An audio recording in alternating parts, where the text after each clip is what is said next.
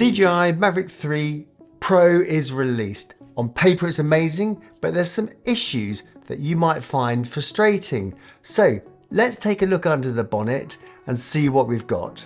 Well, it's certainly an upgrade from the DJI Mavic 3 with its triple camera system. It's got the same wide angle Hasselblad camera, 24mm f2.8 to f11, that has that 4/3 CMOS 20 megapixel sensor, the 5.1K at 50 frames a second, or the 4K at 120 frames a second video, 12-bit raw photos, 12.8 stops of dynamic range, 10-bit, and it has the HLG, D-Log, D-Log-M color modes, and H.264, H.265 ProRes coding formats. It's also now got the medium telephoto camera, the 70mm f2.8, 3x optical zoom, and the 1.3 CMOS at the 48 megapixel sensor.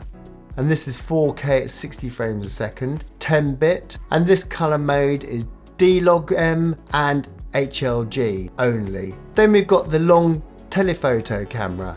This is a 160mm lens with the f3.4. Impressive. 7x optical zoom, 28 hybrid zoom, but has the 1/2" CMOS sensor and it's only 12 megapixel camera, but 4K 60 frames a second video.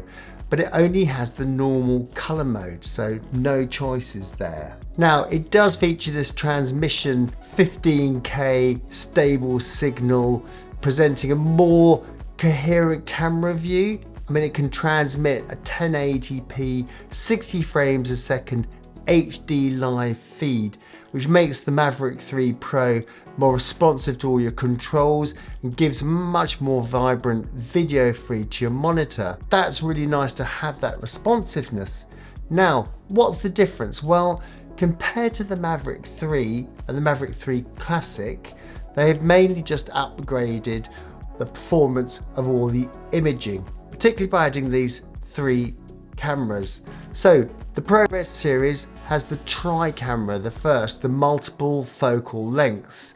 It uses the same wide angle as we mentioned as the Mavic 3 and the Classic. The new Pro adds this 1.3-inch CMOS 70mm medium telephoto camera, and has also upgraded the 1/2-inch CMOS 160mm telephoto camera with this 12 megapixel sensor. All 3 cameras of the Mavic 3 Pro shoot in 4K 60 frames a second, which is kind of standard, I think, really, of what we would expect. And all 3 cameras of the Cine version also support the Apple ProRes 422, 422 HQ, 422 LT codecs. But it's over 900 grams at 958. Now in the UK, C1 drones must weigh less than 900 grams, and C2 category must have a low speed mode that limits them to 6.7 miles per hour. Now, class 2 may be flown in subcategories A2 only with an A2 CFC license, or A3 that must stay 150 meters horizontally of residential, commercial and industrial or recreational areas. And there's the rub.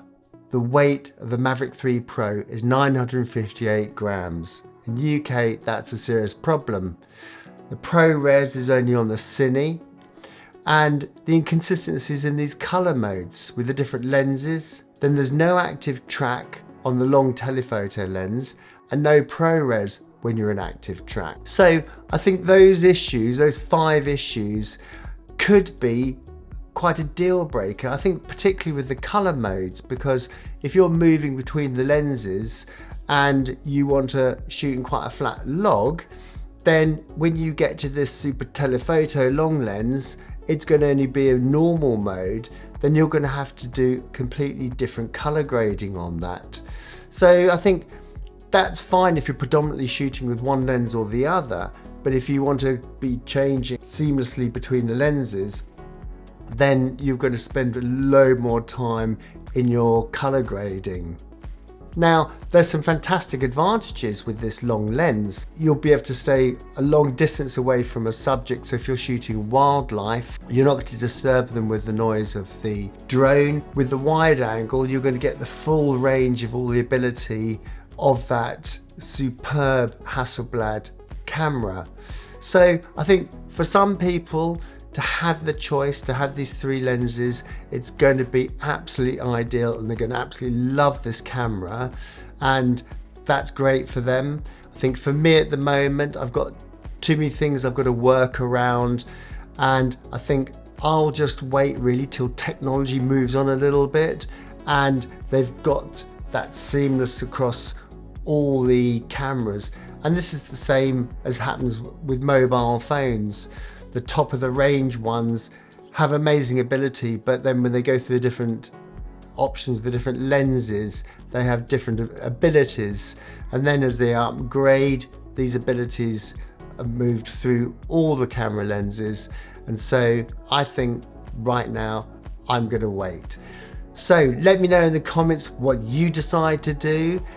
Show me the love, click on the subscribe button there, and I look forward to seeing you in the next video over there.